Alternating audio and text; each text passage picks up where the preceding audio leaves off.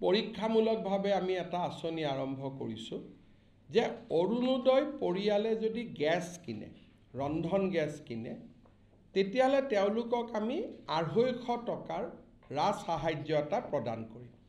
অৰ্থাৎ অৰুণোদয় পৰিয়ালটোৰ যিকোনো এজন সদস্যই যদি এটা ৰন্ধন গেছ ক্ৰয় কৰে, লগে লগে IOC আমাক জনাই দিব যে অমুক পৰিয়ালটোৱে আজি এটা গেছ কিনিলে, লগে লগে তেওঁৰ একাউণ্টত আৰু 250 টকা জমা হৈ যাব।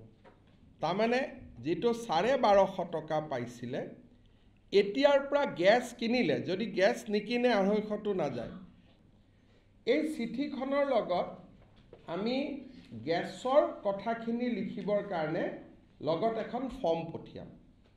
চিঠিখন যেতিয়া গাঁৱত তেওঁলোকে লৈ যাব, চিঠিখনো দিব, লগতে ক'ব যে আৰু এটা আঁচনি আপোনালোকৰ কাৰণে আহিছে, ডিটেইলছটো দিয়ক। অৰুণোদয় পৰিয়ালটোৰ যিগৰাকী মানুহে গেছ লৈছে, গেছ কানেকশ্যন নম্বৰটো লাগিব।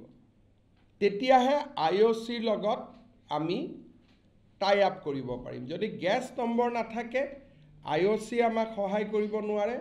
গতিকে গেছ কানেকশ্যন নম্বৰটো আমি তেওঁলোকৰ পৰা ল'ব লাগিব। তাৰ কাৰণে দ্বিতীয় প্ৰপত্ৰখনো ঘৰত লৈ যাব।